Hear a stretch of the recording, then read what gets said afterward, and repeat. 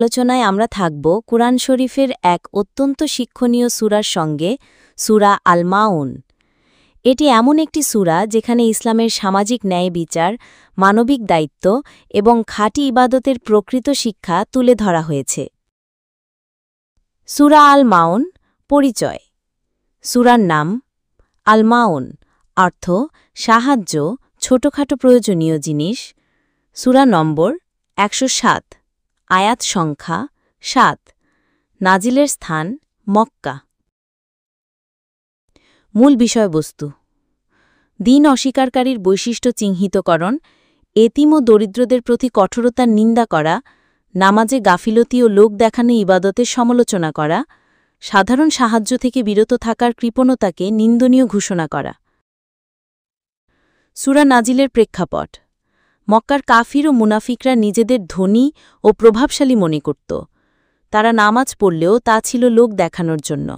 গরিব এতিমদের সাহায্য করত না, বরং তাড়িয়ে দিত। ইবনে আব্বাস রাজিয়াল্লাহু আনহু বলেন, এ সূরা নাজিল হয়েছিল সেই সব নেতাদের ব্যাপারে যারা এতিমকে নির্যাতন করত এবং দরিদ্রদের হক দিত না। কিন্তু এই সতর্কবার্তা শুধু তাদের জন্যই নয়।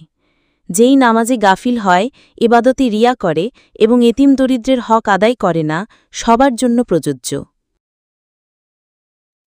সূরা আল মাউন। আরবি উচ্চারণ ও অনুবাদ। বিসমিল্লাহির রহমানির রহিম।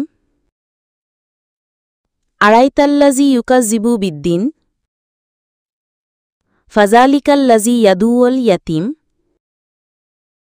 ওয়ালা ইয়াহুদ্দু আলা তআমিল মিসকিন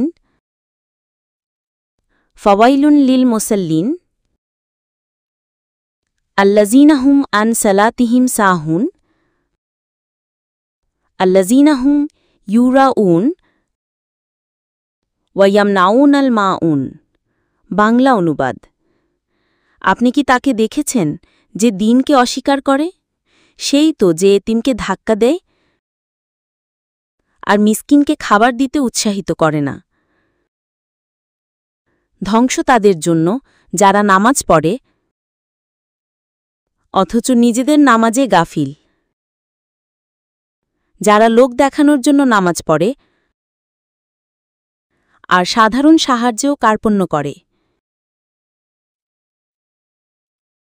সূরার মর্মকথা: আল্লাহ তাআলা এই সূরায় ৩ শ্রেণীর মানুষের পরিচয় দিয়েছেন। ১. যারা দ্বীন অস্বীকার করে, তাদের অন্তরে দয়া নেই। ২. যারা এতিম দরিদ্রকে অবহেলা করে, তাদের ঈমান দুর্বল।